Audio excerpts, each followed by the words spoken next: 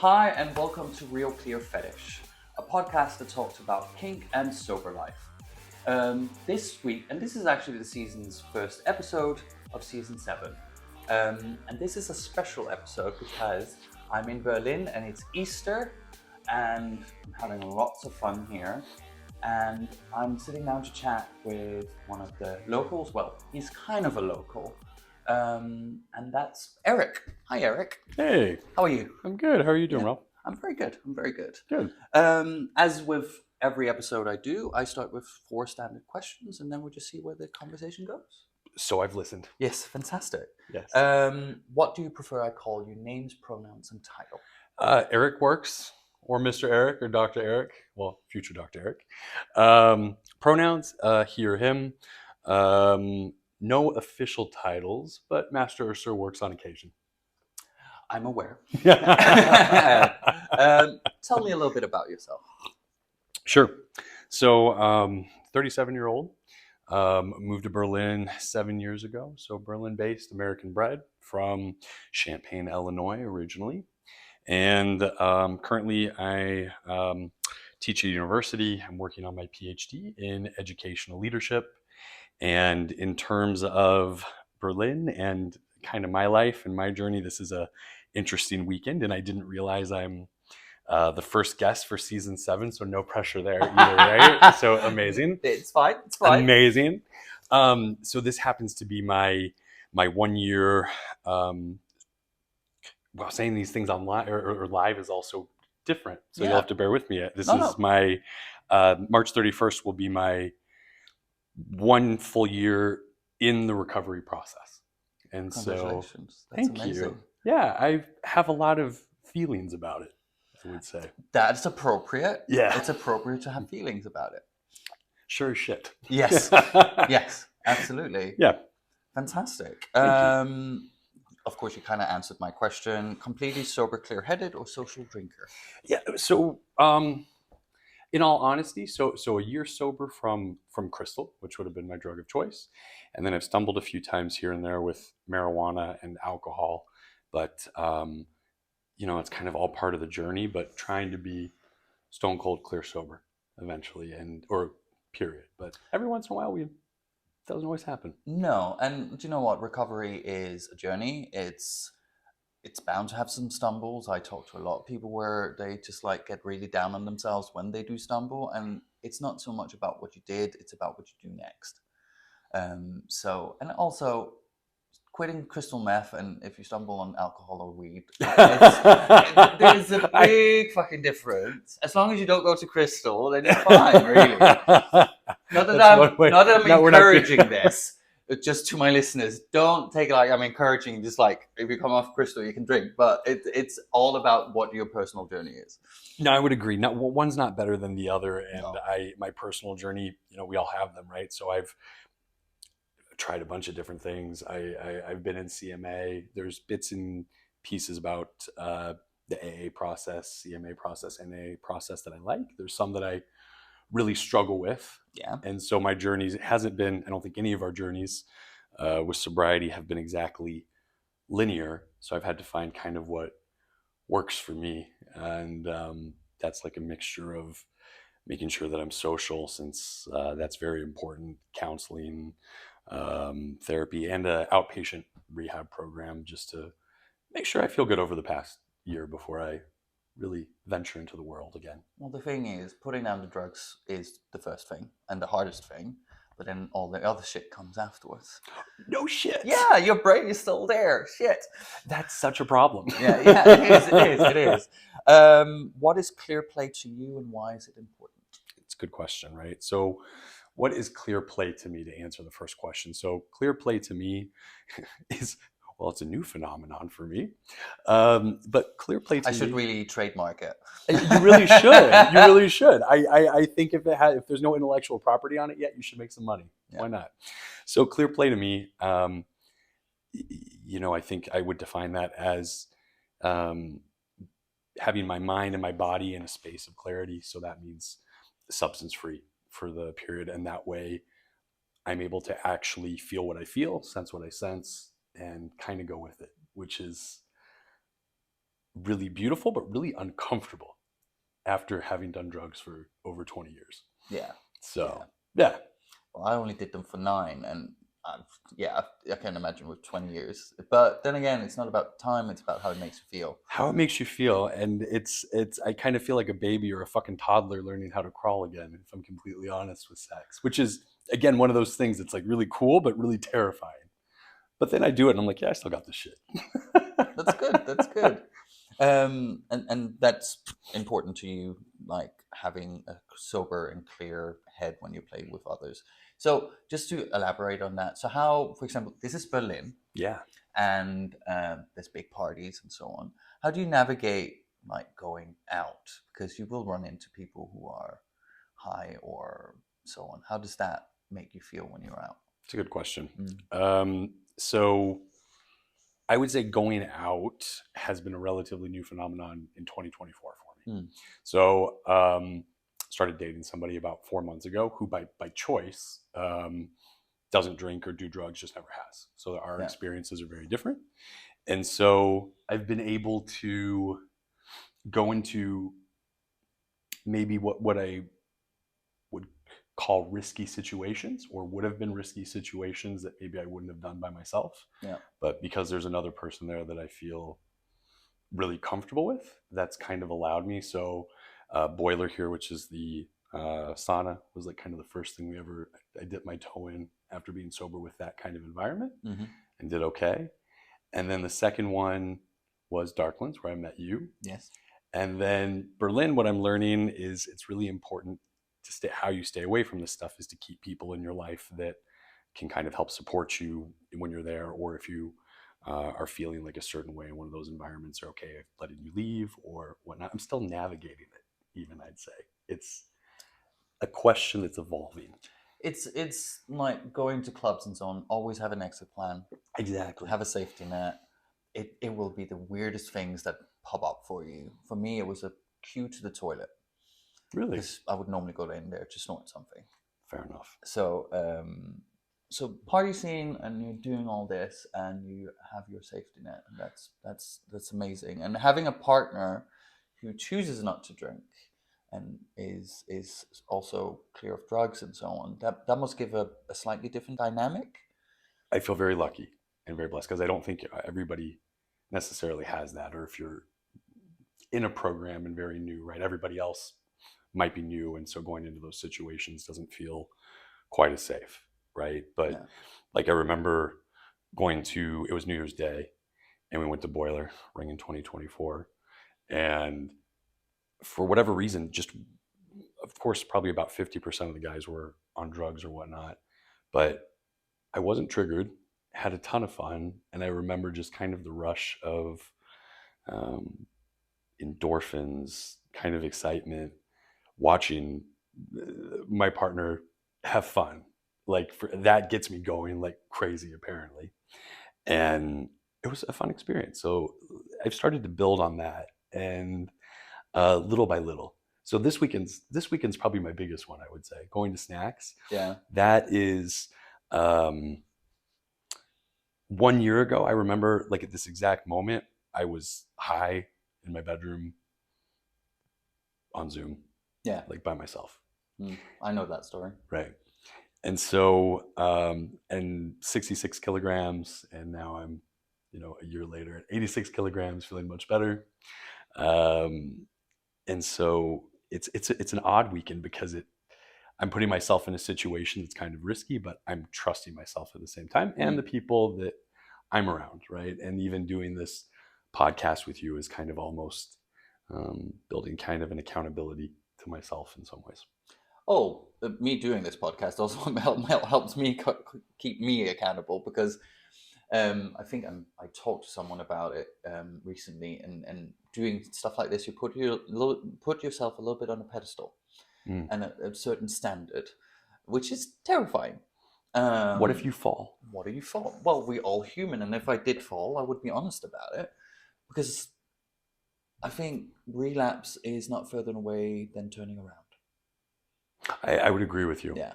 I'll You can always, have all the fucking years in the world. I've met people who had 20 years and then they stumble.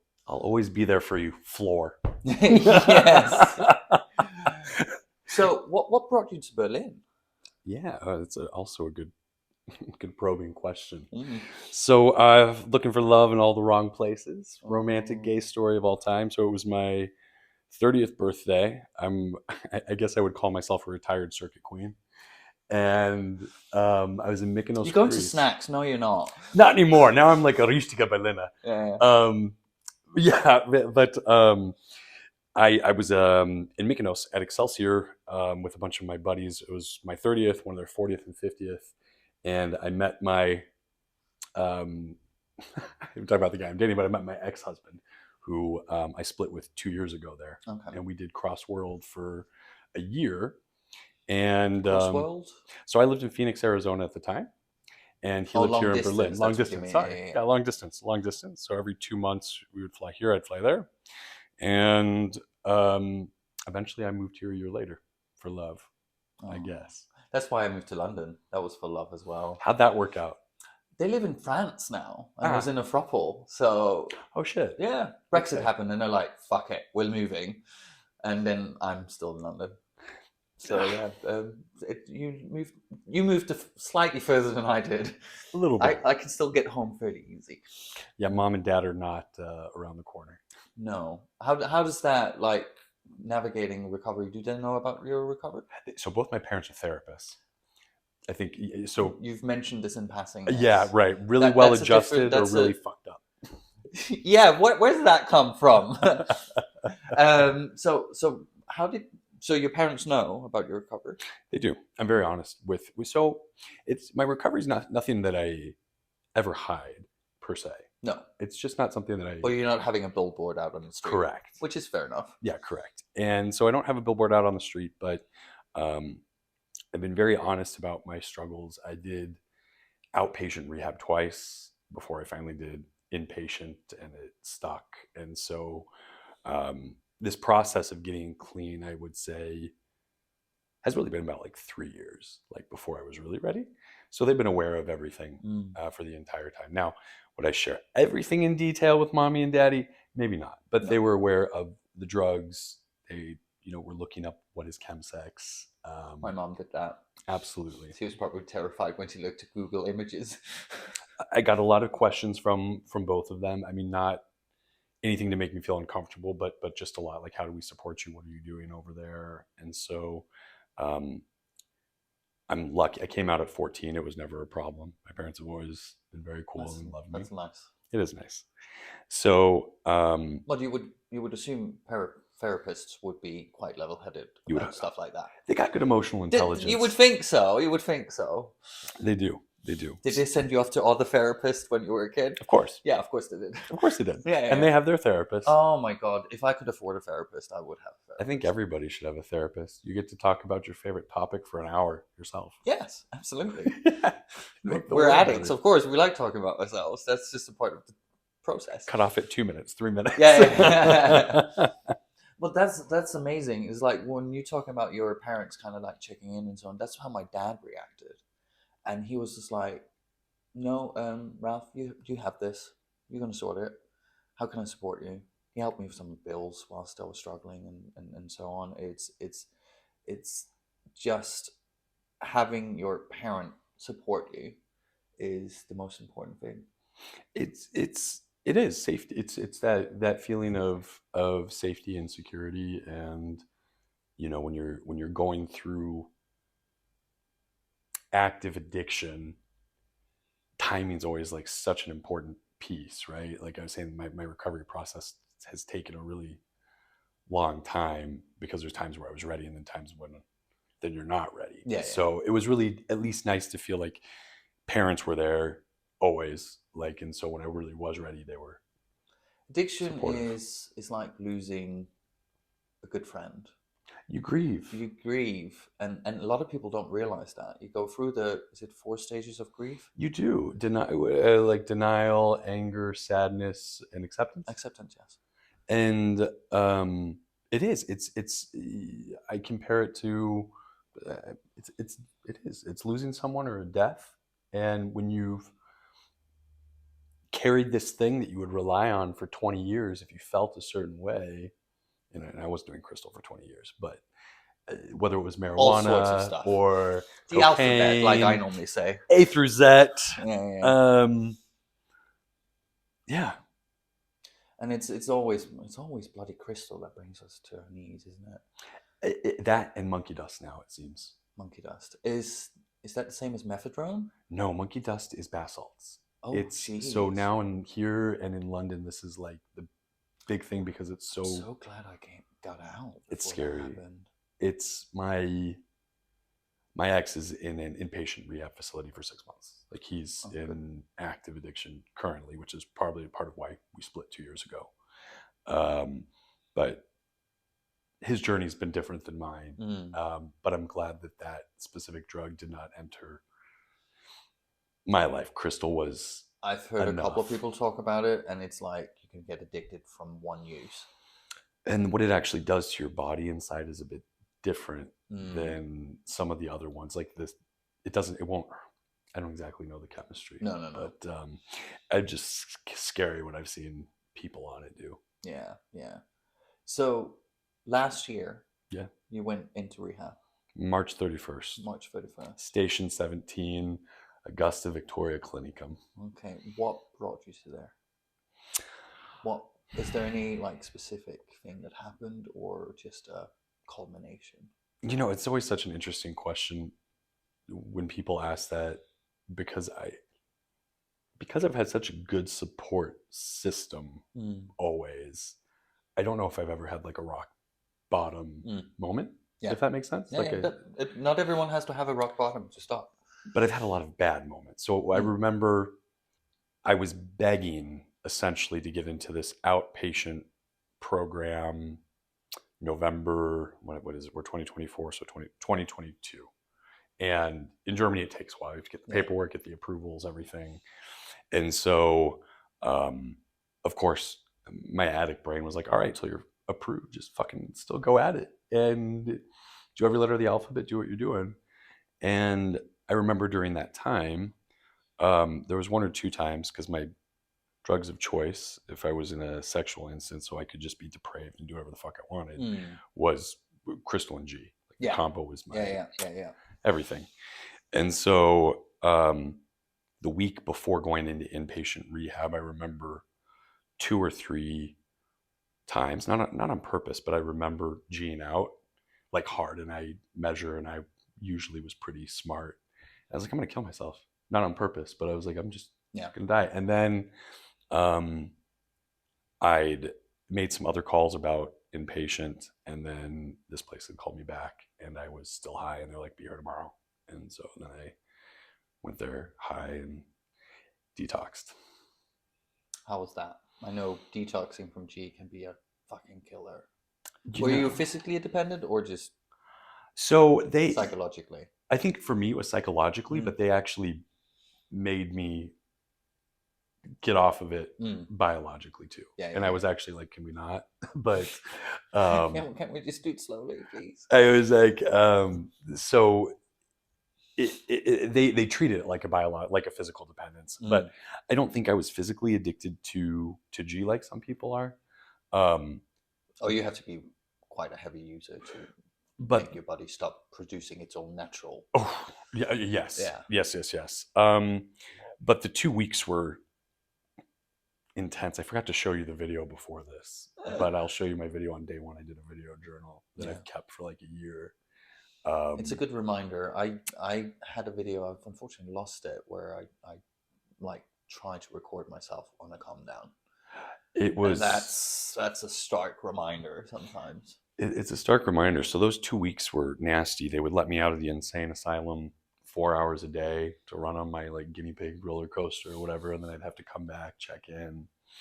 But snacks was going on during that time. Yeah. And I remember a week like after I checked myself, and I think Easter was a week later last year. Yeah. And so I was because Easter moves. Yeah. So I remember walking around and seeing everything, but still through very hazy eyes, right? So I remember those two weeks of inpatient were very intense and very hazy, and then I got out and I started outpatient, which I'm still in as well. But it was not a pleasant experience. I mean, you're in a hospital and there's nothing glamorous about it, and it's painful, and you know, you start sitting with all of your feelings, all of your thoughts, and you actually have to deal with them.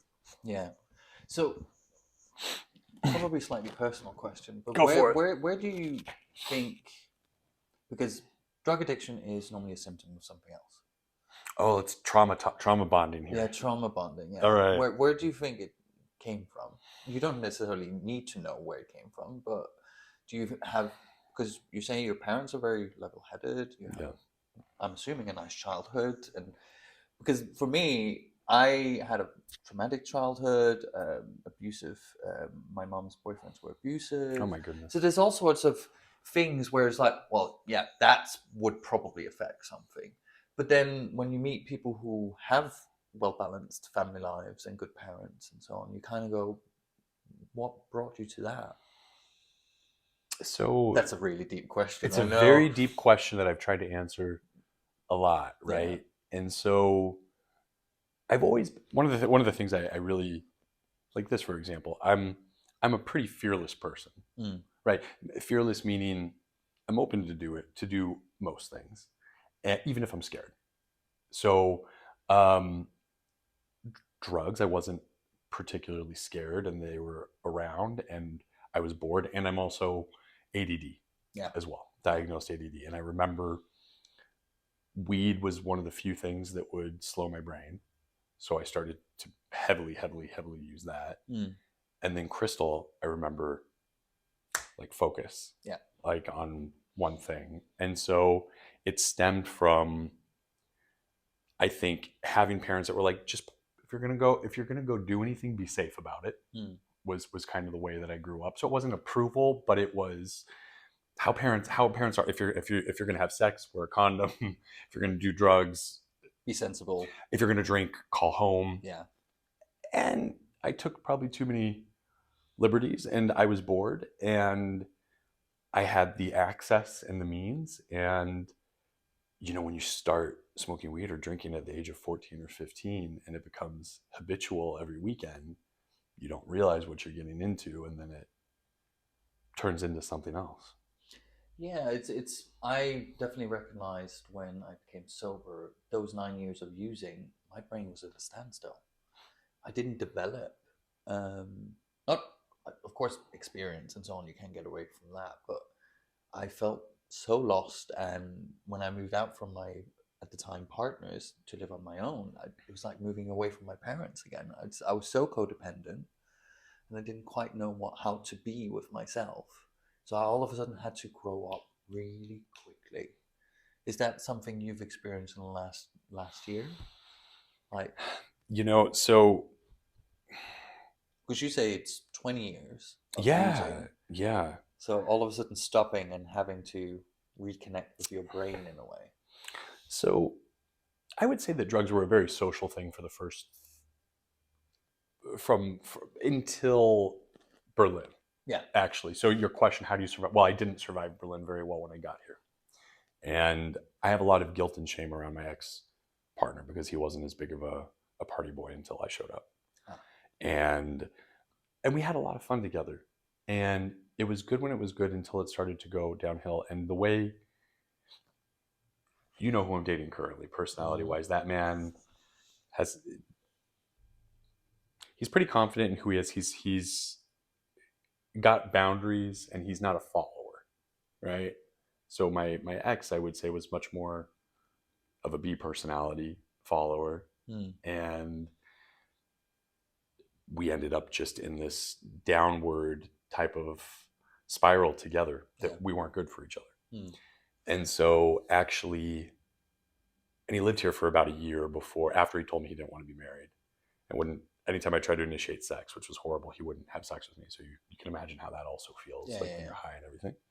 But him moving out was the best thing that could have happened, actually. So I'm a pretty independent person. And I'd forgotten how independent I actually was. So for me, it was a bit reverse.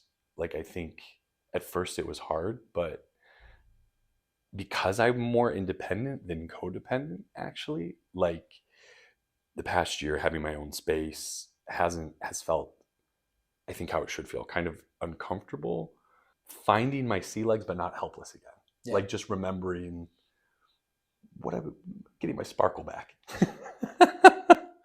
The unicorn. Yeah. Exactly. Yeah. Your fetish unicorn. My fetish unicorn, the leather mask. Yeah, You can be anything you want to be, man. So now that it's sober sex, yeah, how's that? Different, yes. Different. I always like when people was like, when they kind of become sober, it's like, oh, I can't do all these things. You can do them, but they're gonna be different. They different. Was the things you realized, actually I'm not into that? Why was I doing that? So great. You don't have to go into specifics. No, it's a great question, right? And we can talk specifics. I don't mind. You can dig on this stuff a bit if you want to. I was having this conversation with my therapist and with the boyfriend as well. That we're open, and that's a whole new thing for me too. Kind of. You were monogamous before. Well, for at least like the first 4 years that we were together, right? Yeah. Like that started that way. This has been a much different way to start. But what I was telling him was, I don't know if I know what I like anymore. So to answer your question, like I like leather a lot, and I know that I still like it. But some of the things that I would do when I was high in terms of like some of the more BDSM leather type of things, like that I thought that I absolutely loved, I like.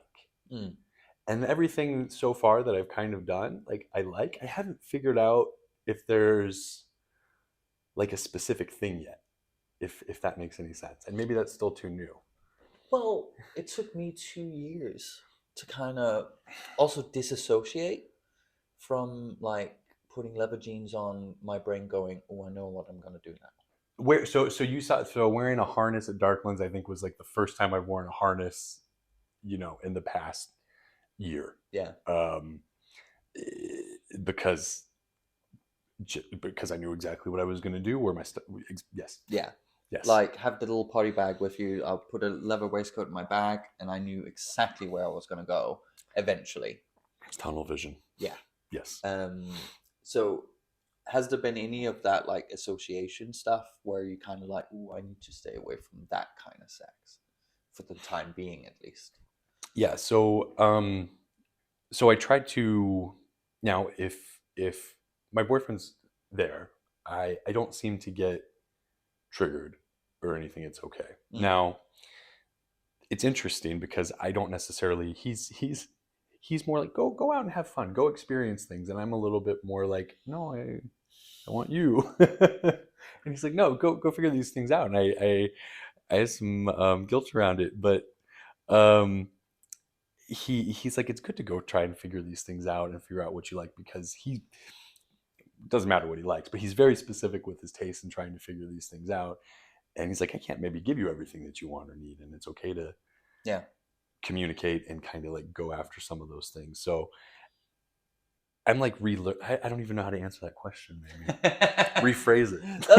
I know, but it's I've met your boyfriend. He's lovely, and he, like you say, he's very specific. Very specific. Yeah. He knows what he wants. But he's like, the way you talk about him and the way he supports you is so good, because there is a dangerous, especially in early recovery, if you date someone, you can become codependent. 100%. Because you rely too much on that person. And he's doing the right things, to be honest. I'm going to praise him on this podcast. It's like, your boyfriend is doing the right thing, because he's not stifling you. He's not, because it's so easy to get stuck into a relationship when you've been in a bad way. This is one of the things in 12-step. They always kind of say, don't date the first year. Totally. And I get it, absolutely get it. But if you find the right person, you shouldn't deny it either. But he's doing the right things, because he's not allowing you to be too attached. I agree with you. That makes sense. And he's the same. He's not a doctor, but he thinks he is. Doctor of pain. That he is. Doctor of sexuality. Yes, he could be. He's going to watch this and give an ego boost now. Oh, absolutely. Lord have mercy. Doctor of pain. Yeah. I think he is doing the right thing, because like you were talking about, do you have any trauma, Mm-hmm. right? And I don't know if it, I mean, and there is trauma, right? I think I was telling him I hooked up with somebody like on Monday or whatever, like Yeah, last yeah, week. And I told him afterwards, and I was like, I feel really guilty about it. I don't know why. He's trying to dig into it. And he's like, you don't need to feel guilty about these things. So yeah, yeah. You have the freedom. I have the freedom, but I don't necessarily have the feeling because it's so wired into me, being American, culture, what you're supposed to do, how you're supposed to do it. Or if you're American, we slut shame everybody, even though we're doing it behind closed doors. And so that mentality is there. So it's really interesting. I'm trying to be comfortable being uncomfortable. Yeah. And so he's very good at helping me kind of, Be uncomfortable. well, yeah, like break some barriers Yeah, and yeah, being and like you said, make sure that I'm staying not too attached and he's not attached, and that we both are very independent people who just keep coming back to each other. yeah, yeah. Which is It's sometimes you have to sit in the uncomfortable, and I think doing recovery is uncomfortable. If it was just easy, you would just stop, and then it wouldn't be a thing. But it's not that simple. we sit with all these feelings and Oh thoughts and they God, become who wants real. those? Nah, I mean, I just want to be a stud and like figure out how to fuck my way through everything, like if Yeah, I could. it's like, oh, I sometimes like when I meet sober people who are very confident sexually because I have ADHD or ADD, so I get in my head a lot, and sometimes, especially because I'm also a dom, you're on, you have to be on, and a dom should not be in their own head about it. They are God in that moment. 100%. Um, I'm also now exploring my more sub side because I've realized that actually shuts my brain off. Interesting. Yeah, but that's taken 6 years to get to a point where I feel comfortable doing that with people. I'd say I would love to, I'm not at a point where I think I feel comfortable letting where I will relinquish control to anybody as of yet. I would like to be, Mm. but I'm not there yet, like fully. So I prefer being a little bit more in control of the situation sometimes. I think at the whether it's To be honest, most subs are in control. they really are, aren't they? They navigate the master to do what they want them to do to them. It's reverse psychology. It's like, oh no, I don't want to be spanked. Oh, please don't do that. Oh, Mind fucking somebody is part of the fun of it, right? oh, that is like my favorite thing. I'm not into pain as a sub. I'm more into mind fucking. I am too. It's like, which done correctly is fine. If not done correctly, it can fuck me over because The difference between manipulation and early recovery, I had a really bad experience and it put me down in a like spiral for like 3 days. This guy kind of like, oh, if I put drugs on the table, you should not be able to touch them. He just, yeah, it was bad. It was bad. He was a bad dom, and that really fucked me in the head. He didn't put anything out, and he wouldn't have done that, but he was like talking about it. It was like conversation piece. Did he know about your? Yeah, he did. Ouch. Yeah, yeah, yeah. That's cool. Probably why I stayed away from being dominated for so long, because I was just too scared about it. But I'm engaging more with it, which is nice. It's whether dom or submissive, it's interesting. Like I work out, I care about my body, all those kinds of things. I want the attention, but then when I get the attention at the moment, I'm not sure what to do with it. Oh, yeah, I like doing the podcast and so on. I have people come up to me and it's like, oh, it's really amazing, blah blah blah, and I'm just like, thank you. I want to feel really grateful, and I am really grateful for people who get something out of listening to me whittle on with some other people, like sitting and chatting with you. And I really love that someone gets out of it. But I'm really bad with compliments. I love people coming up to me. This is not saying you should not come up to me and talk to me. Do come up and talk to me, but I am really socially awkward. You're not. I don't think you're socially awkward, or maybe because you were being commanded not to be. Yeah, that helps. No, I think if I feel comfortable with someone, yeah, the same way. So chatting about the sex things, and I wish, I wish I could I'm trying to figure out how do you harness like my sexuality that way that like the guy that I'm dating does, for example. Like, and it's easier said than done because I'm Mm. so much more um, demisexual than I thought I was. Yeah. Right. Like, so that connectivity piece is important. Like, um, and I'd like it to be less important sometimes, but I think that's also part of the experience, especially like being newly sober, finding like what your sea legs are and re-experiencing these things again. So, like you said, it took you like 2 years. I'm only on 1 year, so time takes time. It's the pathways in your brain. You just it takes time to let those pathways overgrow. That's the metaphor, like a trail in a forest, and they'll still be there. That's the thing. It's just about don't walk down them. You'll be fine. But it's it's it's nice to see you navigating it so well, because Berlin is dangerous. It's London is dangerous as well. Um, I would love to have much more sex than I do, but I also get to a point like in the third message they go, "Oh, I'm high." Okay, fine. Then we're not playing. That was the other. I try to stay away on individual. You'd asked earlier, right? But if I get on an app or something, I try not to hook up with somebody that's high. That's currently like if I'm by myself, that's something I would stay away from. Yeah, yeah, Right. yeah. Um, but I was. It's funny that you said that. I was thinking about like, well, they say if you make it in New York, you can make it anywhere. No, if you can live through Berlin, you can survive anywhere. Well, the thing is, a lot of people move to Berlin, New York, or London, go in, burn out, and leave again. They do. They do. Some stick around, like me, because I'm stubborn, and I'm just like I don't like being told what I can and can't do. Yeah, I get in the same way. I get a don't tell me what to do. Don't Yeah. tell me to calm down. That's Like probably why 12 step didn't quite work for me, to be honest. But same here, probably. I know it works for a lot of people. I'm not putting a down on it, but it never really settled with me. But it helps a lot of people, It and does. it gives stability, especially in early recovery. I always like people who are trying to become sober. It's like, have you gone there? I needed it for the first 6 months. Yeah, The and that's fine. yeah, It's.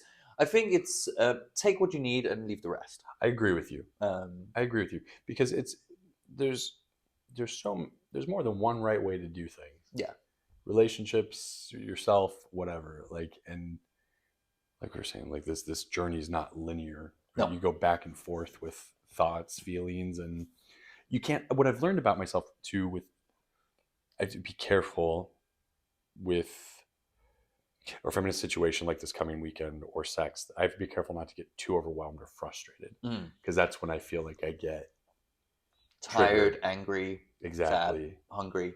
Well, it's more, those are okay, but frustrations, Mm. like, I don't like to get overwhelmed because frustration for me is like the feeling that leads to wanting to consume. Like when I don't know how to work through a problem and I can't solve it. Yeah. Type of thing. Anger I can work through. Sadness I can work through. Take anger out on a boy. This is true. And this There's is plenty very of boys true. that want that, so it's perfect. This is very true, and it's a city for that too. See, for me, it's actually when you say frustration, absolutely. I not physically relapse, but I do on occasion. I'm honest about this. Sometimes I do relapse on sex. How Search so? search on things I shouldn't search on, like go on the apps and I'm there a little bit too long, or blah, blah, blah, blah, stuff like that. And that's normally comes from frustration. If I've been out and I haven't quite connected with the hot guy I wanted to connect with, and I just go home and I'm just like, oh, no one wants me, blah, blah, blah, frustrations. Yeah. And as addicts or people with ADD, we are reactive, Very. very reactive, and not always you don't think about consequences. And sometimes I give into that, and so sometimes I feel like mentally I've relapsed, but not physically. Not actually. I'm not taking the drug, but I feel slightly dirty afterwards. If that makes sense.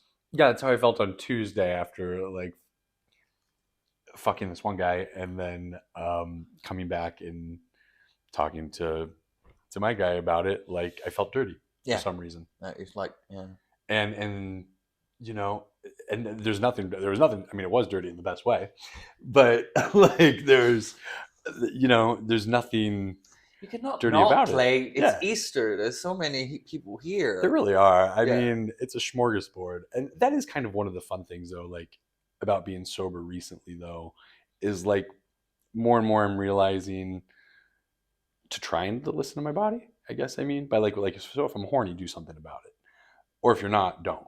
Yeah. Like don't force it essentially because I feel like when I was high or you weren't high, you'd get bored and then you'd get high and try to habitual, it's forced or all that stuff. And so like it's like a roundabout. yeah, and so I'm trying to learn that piece, like because that is one of the things in our community, fetish, everything's super hypersexualized, and you don't always feel like that all the time.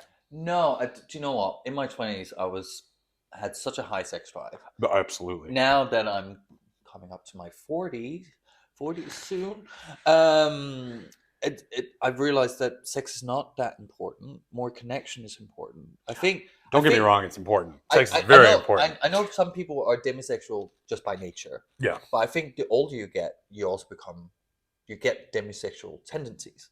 I would agree with you because you crave more connection. But a lot of people who use drugs is connection they crave. What is it? And you lose connection when you do drugs, which is the ironic thing. Addiction is the opposite of connection, or connection is the opposite of addiction. Yes. Yeah. It is 100%. So you becoming a doctor? Yeah. Well, Professor Doctor. Oh, yes, Professor Doctor. Yeah. I joke that a doctor of philosophy is a doctor of bullshit because you make up a topic, you research it for 3 years, and then you're a doctor. Oh. I mean, that's literally how you become a professor. I mean, there's more to it than that. Can I ask what you're researching? Yeah. So, educational leadership. So essentially, the best way to think about it is Gen Z is not prepared for the workforce. Love their feelings, love their fluidity, love everything about it. Keep going, girl. It's great. However, there's going to be some Gen Zs now in the comment section on here. Sorry, guys. If you have questions, come to me. But it's essentially my research is about the importance of professors and teachers acting less like teachers and needing to act more like coaches, mentors, and role models or bosses to help kids with their communication skills, analytical thinking, and then using tools like AI in the process so that we're... I recognize that because a lot of like the teachers I remember are the teachers I look up to. And you only remember, do you remember anything you learned or do you remember how they made you feel? How they made me feel. How they made you feel. Yeah. There's one teacher that sticks out that taught me how to read. Yeah. And she did it her own way. She was a speech therapist. So it was like wet sand and jumping into words. It was very physical. Yeah. I'm a physical learner. I learn by doing. Same. I can't sit and listen, but ADD. Me too. Yeah. So all of my classes are, I mean, I've got like a PowerPoint, but they're discussion based. Yeah. And I teach master level right now. And I mean, I pretty much tell them the entire purpose of a master's degree program is so you learn how to argue with each other and work through things. And is all this in German? I'll listen. No, English. Thank God. Thank God. Yeah. But you do speak German. Ich spreche Deutsch. Yeah. Yes, genau. No, that would be way more difficult. So yeah, because it's a very different language. I can't remember. Do they have female and male in their language as well? Oh, of course. Yeah. And because I know, like, for example, I've been discussing with my French friend about pronouns, and in French, it does not work. They had to make up a word for non-binary. It's a discussion here too, but they already have words for it. So you just Leute oder Mensch is like person. Yeah. So it's a bit easier probably. Yeah. And Germans, they're pretty cool. They just really don't give a fuck. They're just like live and let live in general. Like it's great to live in this country, especially coming from the United States, right? Berlin opened my mind, my holes, whatever. And this, that, and the other. But it's a much different culture in terms of sex, right? Like I don't think if I ever moved back to the States, I don't think you could slut shame me now. I would be like, and what? Yeah, and what? Yeah. And what? Yeah. My mom will probably listen to this or watch this at some point. Hi, Mom. Yeah, likely. No, I don't think my mom listens to my podcast. I think she will get too much information. She knows about it, Oh, though. she knows about it. She knows about it. She voted for me for. Yeah, I did mention that at the earlier start of the podcast. As some of you know, I was nominated for Media of the Year at Antwerp. I did not win, but I was very, very happy to be nominated. And I appreciate it. Everyone voted. That's my little speech. But no, it's so great that you can kind of navigate Berlin still, because I know a lot of people just have to move away. So I'm really, really happy for you. We're kind of coming to our end of our time. Cool. It goes quickly. It does go quickly. It does go quickly. So I'd like to run like the typical question at the end of a podcast. Where can people contact you if they want to talk to you, either about your the Gen Zs want to come after you, Gen Zs want to come after me, or just ask a questions like how do I get ready, or just talk about early recovery and so on. Where can they get a hold of you? I guess Instagram. Mr. Mr.es86 would be the easiest way to probably get in touch with me. Fantastic. And just to kind of round it off, any advice you can give to anyone trying kink or trying to become sober and do sober sex? Advice: just practice makes perfect, and fake it till you make it. And so it's gonna feel uncomfortable, it's going to feel weird. Acknowledge that it feels weird, accept it, lean into it as uncomfortable as it is, and if you fall down, just keep getting back up. Thank you very much. It's Thank been you. Absolutely lovely to talk to you. You too. And this was this week's episode. It's been absolutely a joy to have Erik on, and it was nice having a start of the season with a really, really good conversation in his lovely living room in Berlin. And now we can go out and be whores. Yes. Leather Week. Happy Easter. Happy Easter. It will come out a little bit later, so Easter will be long over when this episode comes out. But thank you for listening. Like, subscribe, all that shit. Hit the button. Yeah, hit the button. Hit the button. If you have any issues about his views on Gen Zs, go to him, not me. Absolutely. And if you have any advice on sex for me, let me know. Yeah. But yeah, thank you for listening, and tune in when the next episode comes out. Bye. Bye.